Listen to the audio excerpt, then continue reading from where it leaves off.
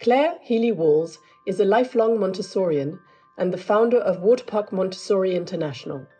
With over 40 years of experience, she's worked with children and adults alike, always guided by a deep respect for the unfolding of human potential. In our conversation, Clare reflects on her own Montessori journey, from her early days as a teacher to her role in shaping teacher education and leadership today.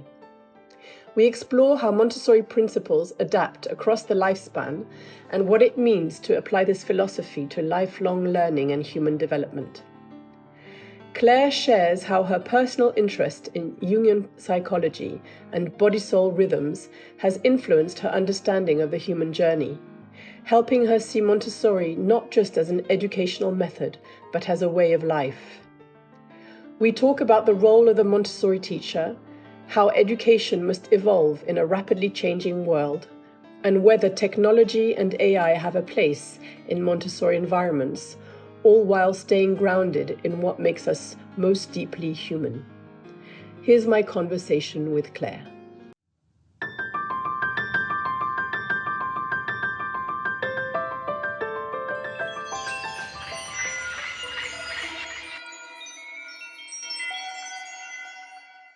Hello, Clare. Welcome to this episode of the podcast. I'm so honored to have you, and I'm really grateful that you have the time to join us this evening. Oh, thank you. In this beautiful, very special place. It's a very special Do you want to school. say a few words about the environment? Yes, just this is a very special house where the school is, where I came to Norway 34 years ago. And this I fell in love with immediately. Paisestua, it's called, the chimney room, this room. And it's the whole building is beautiful, and all my experiences here have been so good. So, yes. And this symbolizes all that. Yes, indeed, yes. So let's start from the very beginning. You've been a Montessori educator. Yes. You've had your own school. Yes. And you created this incredible learning center, thank you. Waterpark Montessori International. And you designed all the courses there, are still very involved after how many years?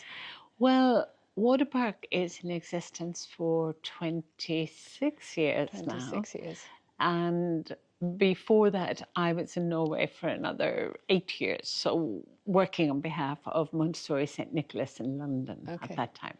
And before that, there was another 20 years where I was running a school. First of all, I worked with kindergarten children, and then with elementary school, 6 to 12 years, 5 to 12 years really, in Ireland. So that's a lifetime in Montessori. Yes, a lifetime. So can you tell us a little bit how you fell into the Montessori world? I came across it when I was at school. There was a little Montessori school that I saw when I was in my secondary school in Cork in Ireland. I was interested, and I've often asked myself what attracted me about it, and I think it was this concept of freedom and respect and not putting children down, which was very much the custom when I was young. Children were lesser beings, not just in size. So I suppose that must have attracted me. I actually don't even remember that part, but I remember seeing a girl who was about 4 years older than me going off to Montessori Training College. And I thought, that's what I would love. And it didn't come out like that, because that would have been very expensive. Not out of the reach of my parents, who have many children. And then I went along and enjoyed my life and got married. And when I was in my middle 20s, I got a phone call from a cousin to say there's a course you can do online partly. She didn't say online. She said by correspondence. And that turned into online later. And that's how I managed to do training in the first place. It was almost an accident thrown in my lap. The first thing arrived in the post, and I can still remember holding my second child in my arms, and I nearly dropped her because I loved it so much. I thought, oh, this is just amazing.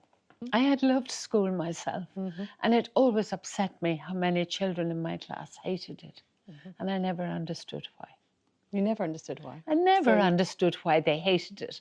But then, as I went on and saw the system, I think when I was about 9, I began to realise that, yes, these teachers were rather cruel. They didn't mean to be cruel, but they were. And it dawned on me. And I had an opportunity when I was about 11. I lived in England for a while, and I had a teacher who became my model for my life. So within 3 years, I had seen the teacher that I never wanted to be and the teacher that I did want to be. And that made me want to be a teacher. But I didn't want to be one of those teachers that use punishments and rewards to succeed. So I wanted to do something different. So Montessori obviously grew upon me in the next years. A lot of parents and a lot of people think that Montessori was designed for very young children. And we know that her principles evolve with the growing needs of the children, and it goes even to the adults in your perspective. Can you tell us a little bit more about how that works? And I suppose Montessori started with children of 3, 4 years of age, and the method is best known around the world for the 3 to 6 year olds. But I discovered very quickly in the college I was training in that it was possible to go on to 12. When I went on to do the 6 to 12, I realized the Montessori materials in themselves, they were just so attractive to adults, don't mind to children. So I really started to understand then the connection between the materials when they were 3 years old and when they were 12 years old, and all the different threads that went through them. And of course, then when I came to Norway that time, I realized that people were already starting to talk about doing it for secondary school for adolescents. And it was very slow to grow.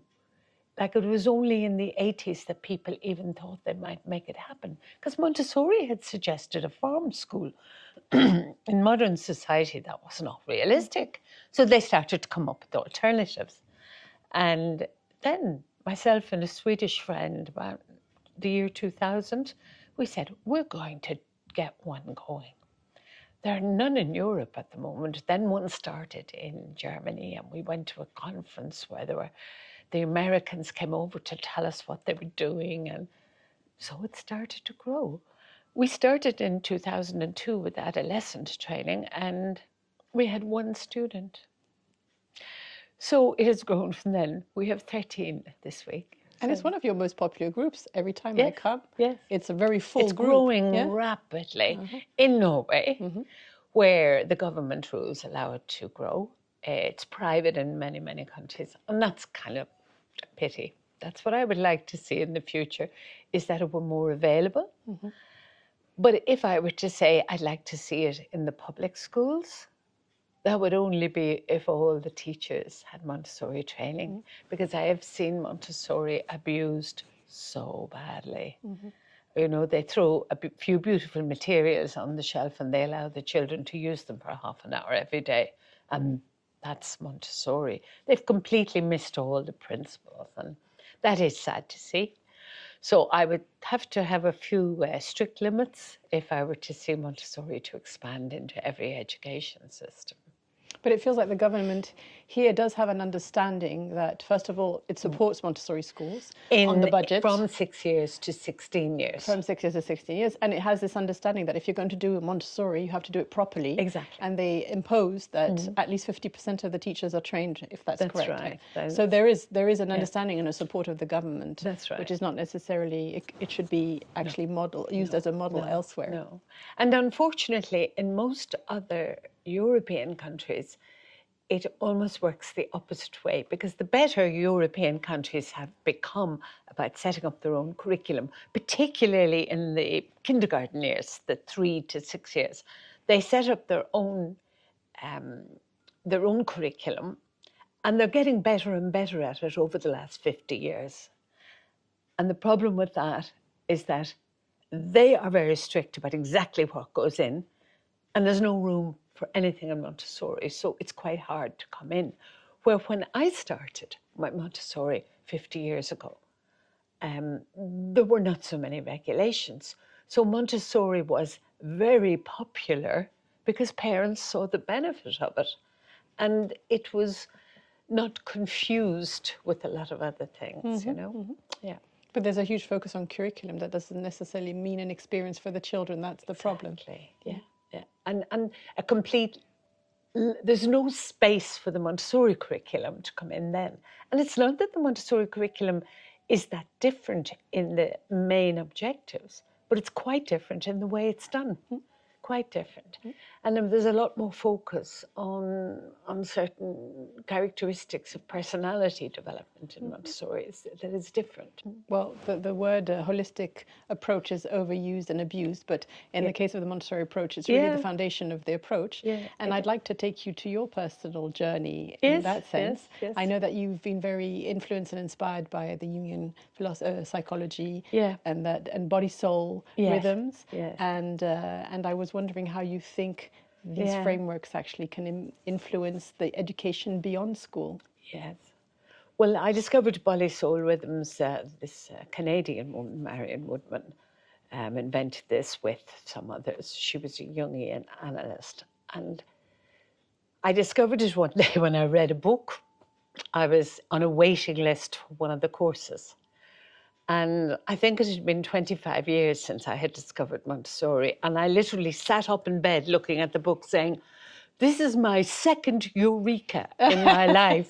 My first one was when I opened the Montessori. And then this happened. And I realized this is so not only important for me personally, but connects with Montessori. For example, when Montessori talked about sensorial education for young children, she said they already knew what big and small was. They already knew red and blue. But now they were making conscious what was unconscious. And that is a Jungian thing, to make conscious what was unconscious. Interesting, in BodySoul Rhythms, make conscious what was unconscious through working in the body. And that was so powerful to me because Montessori said it had to be in the hands before the intellect. And it was different things they were saying, but it was coming back to the same thing, that if you don't do and move and have the human capacity to choose and move your own body, as well as choosing your life path, but you also choose whether you will pick up a fork or a knife. You actually make choices all day. And when you are a young child, as you do something, you realize that's what they're all talking about when they say red. And I knew about red all the time, but now I know what everybody means. And not only that, I knew that before, but it's become clear in my mind. The same with the Jungian psychology. When I realize that I have a feeling inside me, if I'm able to work with my body with that, I realize, that's what my emotion was. That's what it was.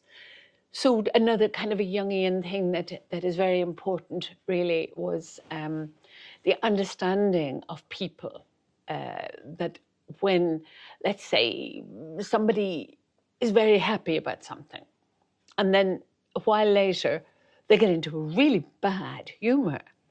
And this is really useful when you're working with other adults. And what I learned in this work was there's a very common thing in the human personality, and that is a swing. If you go too high on one side, you will swing down and go low on the other side. And so you often have a low moment, and it happens to a group. And you're sitting there at a staff meeting and you're wondering why everybody's getting cranky. It's because we were celebrating something this morning, and now there's a bit of an anticlimax in ordinary language. So in that, again, I was able to make connections and bring it back to my work in Montessori. I never worked with BodySoul Rhythms. I did the full training course to be a trainer, but I'm not a psychoanalyst. I'm not a psychotherapist, anything. I realized there was huge potential in Montessori, and huge potential with adults learning to work with children of every age, or work with other adults as they need to do. And there were certain things too that like this concept of containment, that's a very big one, that you need to hold somebody. It might be that you're holding them in your thoughts, you're holding them physically if it's a toddler that's having a tantrum. You're holding people, you're being there, you're being present. And this is a very important thing that is not really conscious in society, if you know what I mean, and yet we all do it instinctively. We do it in many ways. We sit, if we realize somebody's just had a bad experience, we sit with them and say, how are you? We are being present, we're containing them, holding them. We do it with children all the time. And the understanding of these things helps you to be more patient, helps you to be more observant. And one of the big ways Montessori teachers contain children is by observing them. And then they're in the right place for them at the right moment. So Montessori principles for adults. Yes, that would be Montessori principles for adults. And that's where the Jungian work helped me, was to be able to adapt the Montessori principles and to see how profound they were. And sometimes I have a sister who's into Montessori, and she understands these things. And I have often picked up the phone and said, I've just read something in Montessori that explains something that I've probably known all my life. I didn't know Montessori said that. How did I not know Montessori said that? I had read that book many times and I skipped over that bit because it was vaguely important. And then one day I come back and I see it. And that happens in so many places in life. And one that would have been very special, that I would have connected with my sister, she's not a Jungian, but she does body work. And she understands how, she is our expert, by the way, on the infant toddler, because everything's in the body for the infant toddler. And in Montessori, we see that at a level that is not visible to every training for infant toddlers. We see that everything comes back. And even if I'm working with adolescents, they need to move. They need to feel their bodies, because otherwise the mind cannot function if it doesn't have some movement. Montessori said that. Montessori said it all the time. The children moving about the classroom, the children carrying boards, carrying chairs, was part of how they kept it in them, how they kept the information in them, was through the movement. But we can relate to that very easily. Just sitting for a presentation, it's very difficult to retain everything that is said. Absolutely. You really have to use all the skills you've learned. Whereas if you're doing something at the same time and moving or walking, or that's right, you know, it's much more easy to. Absolutely, it's very central to Montessori, and I think all Montessori teachers are aware of this. But it's not always built into our study of Montessori. We sometimes forget the Montessori principles when we're studying Montessori. And one of the things that we set out to do when Waterpark Montessori was established was to apply Montessori principles to training of Montessori teachers. And I had a very interesting experience in my first year. I called in some expert friends to be my board of examiners when we started Waterpark. And I said, I want to give up awarding grades. I do not want to give an A or a B or a C, because it was so ridiculous. I said, I'm going to say to this nice young woman or young man, I want you to go out to the children and do not grade them. And I will give you an A for being so good at not grading. How ridiculous is that? And it reminded me of the old thing we used to joke about, was the long, long ago, the parent would say to the child, don't hit your brother. Yeah. And then I'll hit you for hitting your brother. How ridiculous were we? We forgot that as we are role models. So it was a very interesting experience because the only people who objected were the Montessorians. They were so ingrained in the tradition of giving grades to Montessori teachers that they didn't see the way out of it. And they made a separation between children and adults. Absolutely. As soon as you become an adult, suddenly, you know, Absolutely. the principles of human development don't apply anymore, which is gone. Which is gone. So, and, and I was going to say that those principles would apply. I mean, I'm always telling people, you know, when you go into your staff room in a school, you need to apply Montessori principles, such as allow people to have freedom to express their opinions and also prepare an environment for them. Have structures in place that people can work within. And then it's so much easier. So instead of complaining that you didn't do something, make a rota or a system or something. That's a prepared environment. Prepared environment is much more than materials. It's behaviors. It is. And values. And if you like, not quite rules, but yes, rules and systems for doing things and how we do things. And of course, there's the value element, because if we don't respect people, let's take respect. Many of the old customs of greeting people and saying thank you or please, which is different in different cultures, because in some cultures, they don't say thank you and please as much as we do in the British-Irish culture. And it seems sometimes the thank yous are very, very false. But they were put there with good intentions in the first place. The idea was to create a structure which would be respect for people. So we do have to put structures in place, but we always have to be observant and examine them and see, I suppose, are they still relevant?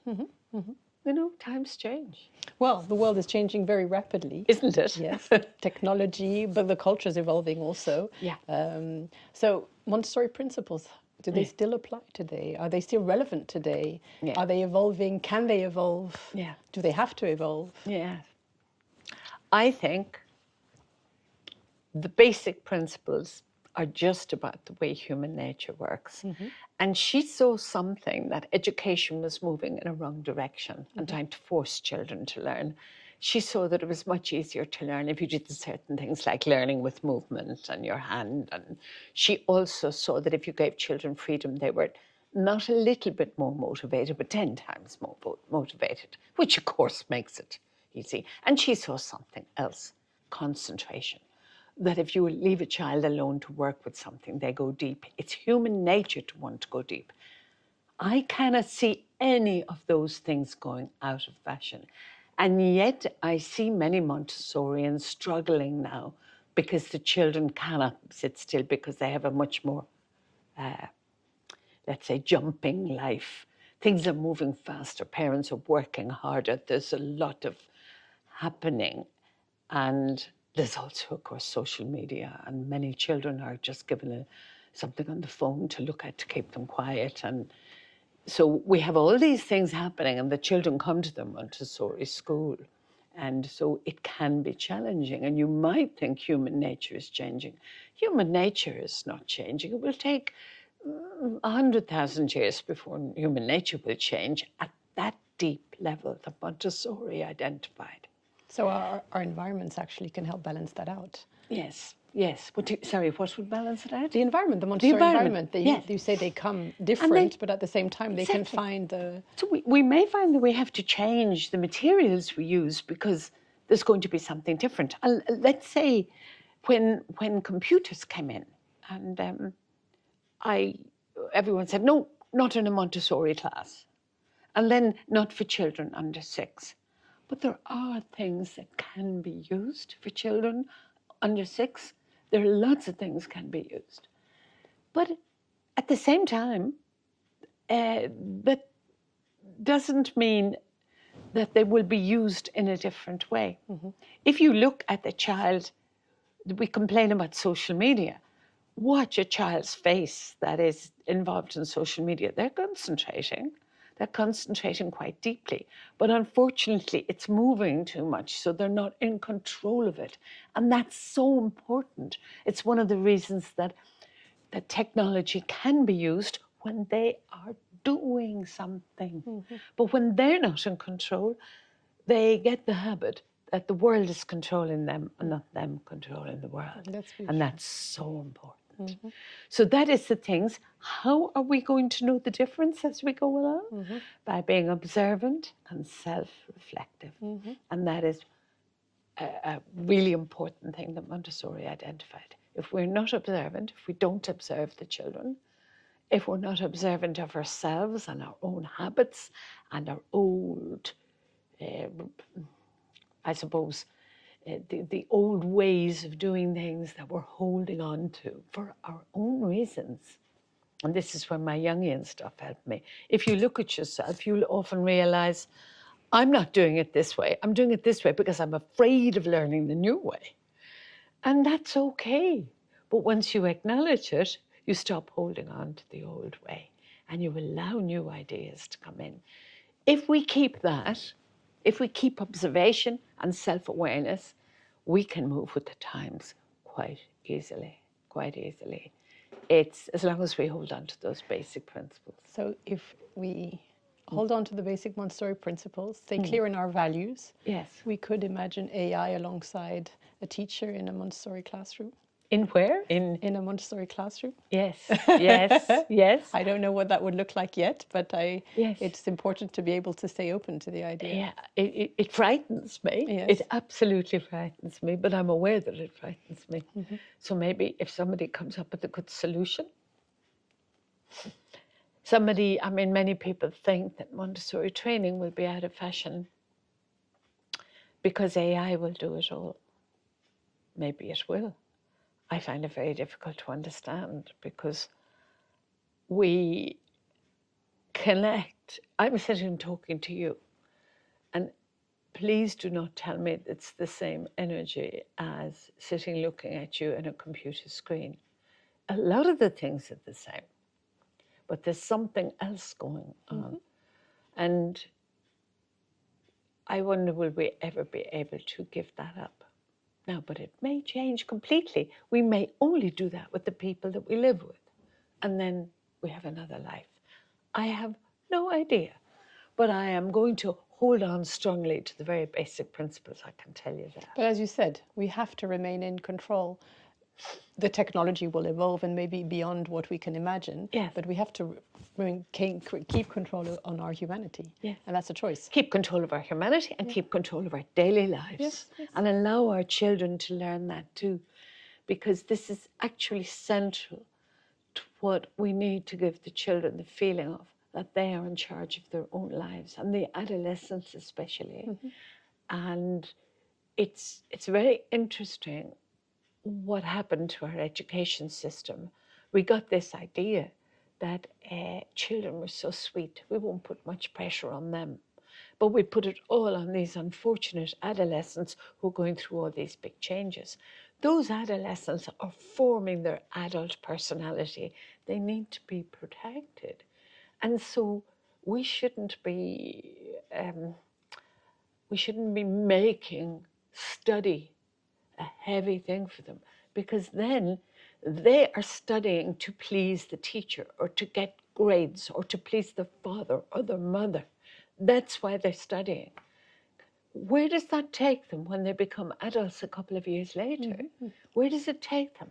That they're waiting for some mysterious something to tell them what to do. Or, more importantly, they swallow everything their creativity, they swallow all that in order to fit in pleasing the system. And this is probably, I often think maybe there are certain powerful people that would like it to be like that. And certainly in history, it suited the powerful lords to have the lower people uneducated. And they didn't have views of their own. That meant they could work for them. Where if we educate our children to be free thinkers, wow, that's very scary.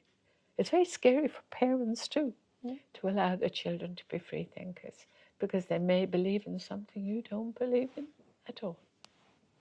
But that's the way the future will be. We have to have that attitude. That's the way it's going. I hope. So the teacher. Tell us more about the teacher in the Montessori environment, because that's also something that's very misunderstood. The role of the teacher is very different than that of the traditional Yeah, and that's teacher. probably the biggest difference in a Montessori school. I start by saying the teacher is an incredibly important person, but they are not dominating. They are connecting the child to activities, materials, and environment that will allow the child to teach themselves. And that is crucial to the method. And when we lose that, we are in trouble, because if we start taking control, and this happens a lot in Montessori schools everywhere, where somebody comes up with a new idea. Oh, we're going to have a book week. So the book week is, I'm going to tell the children what to read, and I'm going to tell the children which are the best stories, and I'm going to research this, and I'm going to be a very good teacher and find out everything the children should learn. The problem is you forget that those children may not agree with you. And now you're forcing them to read something or do something. Might be interesting to you, doesn't mean it's interesting to them. And that happens quite a lot when we get outside stuff coming into Montessori. So the Montessori teacher has to always remember that all they can do is prepare an environment. And so find out which books make them attractive, show them to the children, and stand back. Stand back and stay quiet for a while and watch and see what the children choose. And what people have to understand is the prepared environment is it's a lot of work. It is. Because there's a lot of things that have to be in that environment in order for the child to have. And they have to be changed all the time. Yes. Because that's what you observe for. You observe and you see. So what is the work of the Montessori teacher? It is not teaching. It is preparing an environment that allows the child to teach themselves, and then showing the child this environment, preparing. And that's what we call a demonstration. So we call it a demonstration rather than teaching. We show how to use something, and the thing itself will teach the child. And we've always known since the beginning of time that when you do something, you learn it. It's through practice. That never changed. But the old school way was to say, if you do 20 of these, you will be good at it. I know because I'm the teacher. You don't know anymore. Some children need 2 repeats and some need 102. But they choose. And I have seen children writing numbers, not bothering to go out for the break, writing and writing all day, not wanting to go home, because they had just discovered that you could write the numbers to 1,000. And imagine if we'd said it's lunchtime, or you must go out, or your mother's waiting, hurry up. You have to get the mother on your side. That's the problem. But I find young parents are much more understanding of what we're trying to do. So preparing the environment and demonstrating. Why did Montessori also put such an emphasis on what you call the spiritual preparation of the teacher? What does that mean? But what we were talking about earlier, being self-aware, and that's not an easy thing. She actually said, we must root out the anger and pride. And she talked about the teachers, in many of her books, she talked about the adult finding the love for the child. And she meant love in quite a pure way, not the individual love where you love one child more than another. It's that very appreciating of the humanness in each child. And therefore, to do that, you have to sort of have a look at your own ego, and you will realize you will not be the most important person all the time. Not at all. And that's quite difficult for teachers. It's particularly difficult for teachers with the older age groups.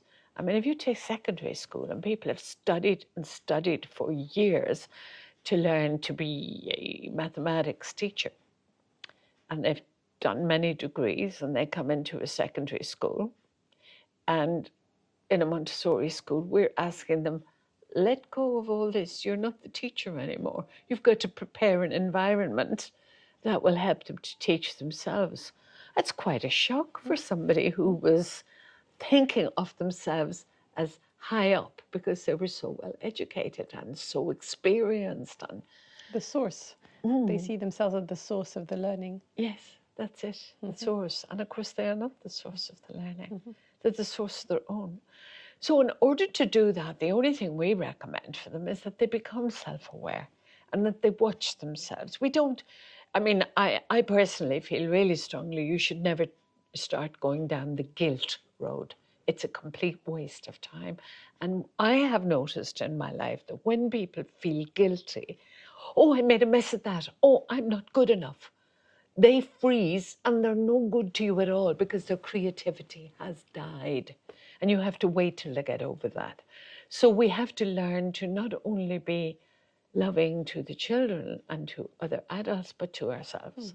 And by being loving to ourselves, we appreciate we're human, we make mistakes. I've never met anybody who didn't make mistakes. So this is the way we function. So if the adult realizes that, it's so much easier to be in the role of understanding that they're not the source of all the information. They're actually just the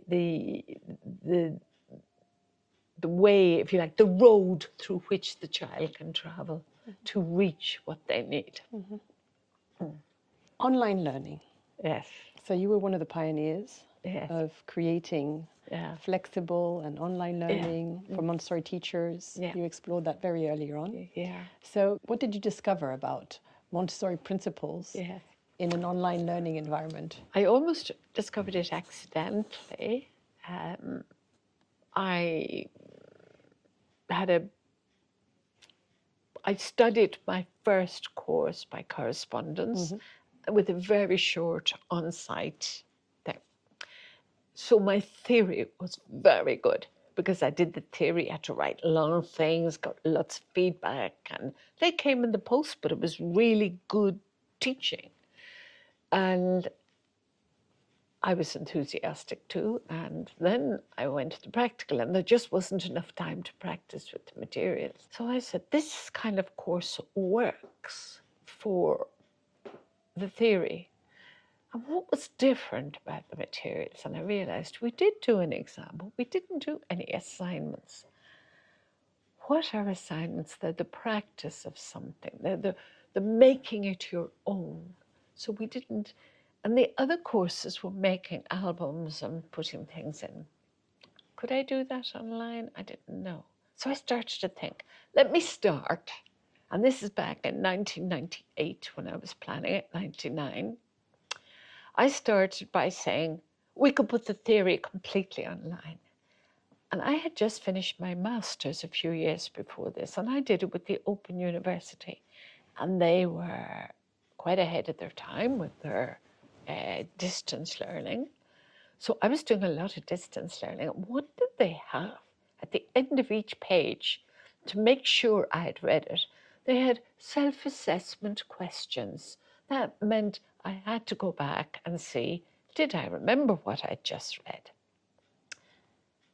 I transferred that to the online learning, and I realized within the first group of students that came through, the standard of theory was deeper. They understood more than the students who had learned when I stood in front of them and gave a long lecture on the theory and they went away and wrote an essay. Why was that? Because they had time to concentrate to do it in their own pace, to do their own research, to make it their own. They had much more time. They weren't just listening to my version of it. They had time to think and wonder, what was that about really? So that worked very well for theory. It's the repetition, I imagine. Absolutely. Also. It's the opportunity to repeat, yeah. Yes, the repetition, yes. And the learning that you could actually test yourself. That was a really important Montessori principle. That's what Montessori children do all the time. They find their own mistakes. So I said, we'll use that principle. So then I came to the practical part of the Montessori, and I realized that for learning materials, we need to be in person because of the touch. You need to touch the materials. And this AI is suggesting that we could learn materials by moving things around the screen. Oh, I need to feel the three-dimensional because it connects inside me in a different way. And for it's how children, our brain develops also. It's absolutely. So we still need that. That's what people forget. It's not only for children. It's for adults too. We need to do things and we need to use all our senses. So we did that, and I realized in order to get the assignments, we therefore had to have a gap where people could do things. And, Now, we didn't have webinars. This is 98, 99.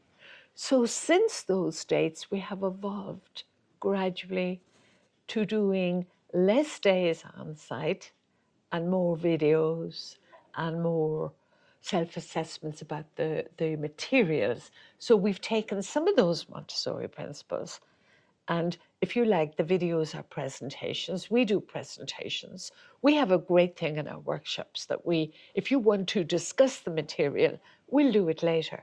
Just be quiet while we're doing a demonstration, because that's exactly what we do with the children. And we always say to our students too, use the material yourself and you'll get an answer to your question.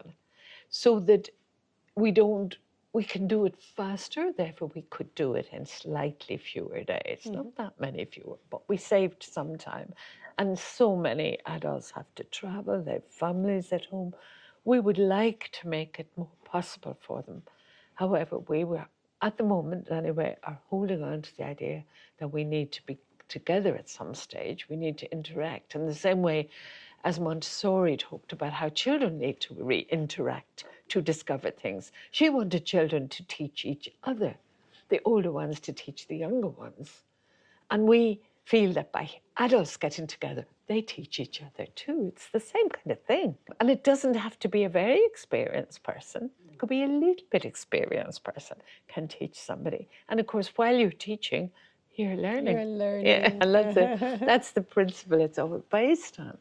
So in that way, the online learning is growing and growing. Where AI is going to take us, I actually do not know. Because... But you're not worried at all? I'm not too worried. Somebody else will take care of that. Because it's quite... when you really know Montessori well, you will be... say we'll always need the touch, the in-person, but maybe less and less. Well, maybe in a different form. I think a lot of people are saying that we're biological humans. We will always need the biological experience, which means our body experience, our connection to nature. We will always need that to be humans. Otherwise, we're going to denature. We're going to become something else than the human being. Forgetting that we are three-dimensional beings. Exactly. But can we find a way to live alongside AI and have our strength, our mutual strength? That's, I think that those are the big questions we're asking ourselves now. So what is your advice to the teacher of today looking forward? Understand the Montessori philosophy fully.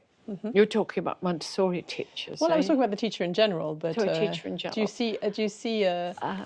How do you see the future of the teacher? The future, I'd say the future of the teacher is perhaps to learn to let go, but to be observant, to see what's happening, to not try to hold on to everything just because it worked before.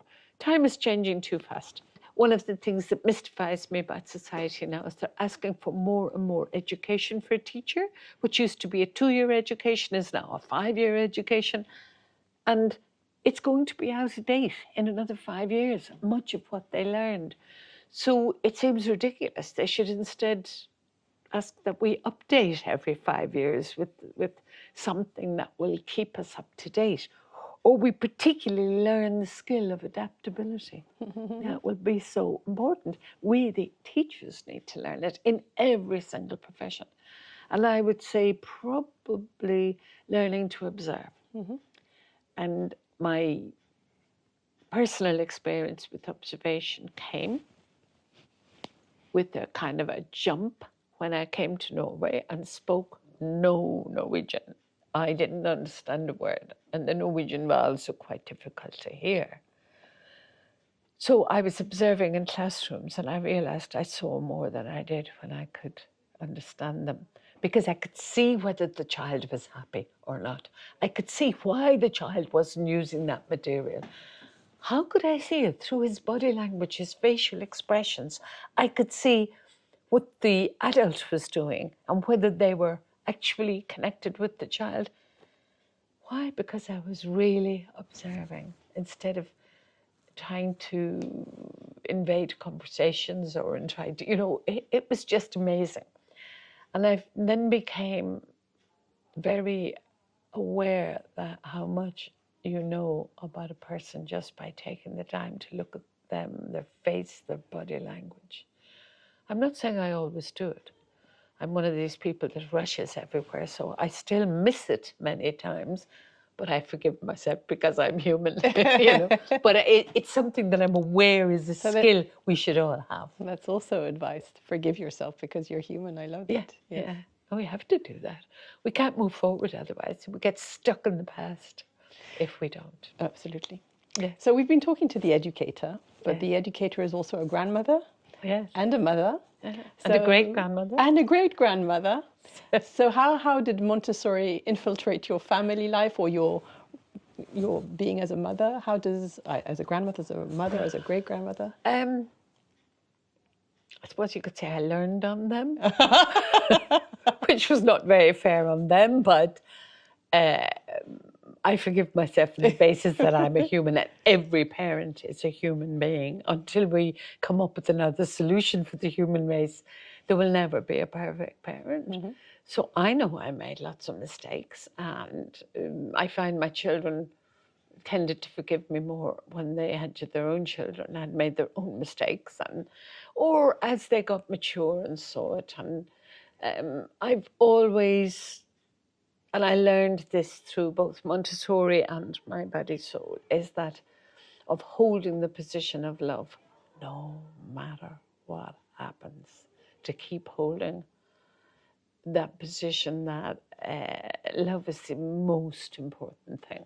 It really, really is. And I don't, love is very much multiply used. That's not correct English, but you know what I mean. It's used in too many ways. Yes. So, but I would say that would have been partly how it influenced me. But I think everybody loves their children. Everybody does their best for their children.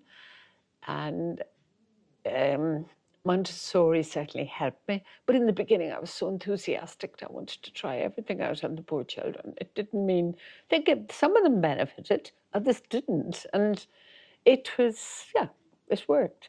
And I have when I published my first book, it was called, well, it was my second one, but I had a big ceremony to publish it. And my son was about, was he about 18? My youngest son. And he welcomed me. He said, "I'm Jack, I'm the unconscious child." So at least I gave him a sense of humor. So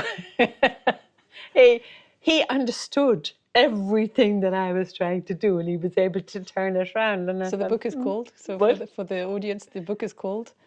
The Conscious Parent. And he said, "I'm the unconscious child." So it was a kind of a good one. So the Conscious Parent was a name. It wasn't about parents, it was about people. It became that because parents would be the market that my advisors told me to go for. But I'm not sure. The follow-up to it, the handbook, was called Conscious Adult, Conscious Child. And I became more and more aware in those years that writing a book was not the best way if I wanted people to change. It was to give them activities that would help them to change. So this is full of activities and stories, which is a very popular way of helping people to get the concept. So I've done that. So to go back to my children, I have, I suppose, many things that, like any parent, that I would think, oops, did I really apply Montessori principles there, or did I just apply what I was enthusiastic about? And like everybody, I had my own faults. And whom do you take your faults out on? Your children first, you know? So it's what we do. But by learning to forgive myself and to stay loving to my children no matter what happened, it's okay. I feel we have a very loving family. So, and I have lovely grandchildren. The eldest grandchild is nearly as old as my youngest child, and I got to know them very well in their teens, and I appreciate them. And it's continuing, and it was very monumental to have a great grandchild. He's going to be 8 in a couple of weeks, but it's just very special to see that it's carried on, and that the things I believed in, even, you know, maybe diluted or changed, but they are carrying on, and I love to see that. So yes. Thank you for that. Well, just maybe to end our conversation, could you maybe share your most cherished quote by Montessori and tell us why? I don't know. I have so many.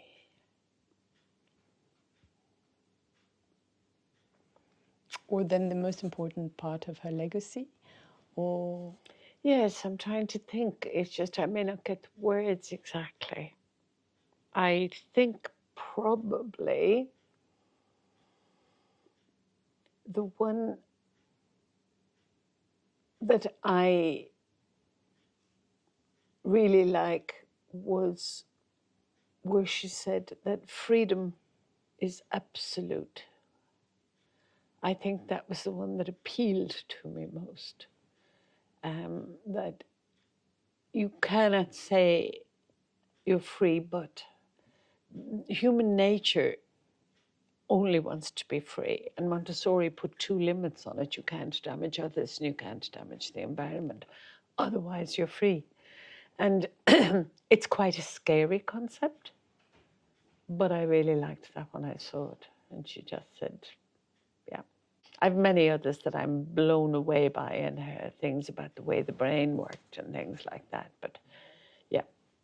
do you feel today like you're a conscious adult and a free adult? Relatively. I still feel I would like to be freer. I still care what people think. And I don't mean it's a bad thing to care what people think, but I let things influence me that I'm doing stupid things to do the right thing. It went into me very deep when I was a young child to do the right thing. You cannot change who you are at the core. You just cannot. And I'm still trying them. I'm not trying to change myself. I'm trying to make myself more aware of those things. Yeah. Yes. Well, I'm grateful to you for still trying and still going on, because I heard you say the other day, I'm not going to stop. I love what I do. Yeah. It's keeping me alive. That's right. So that's wonderful for all of us. That's how and I get much tighter, much faster.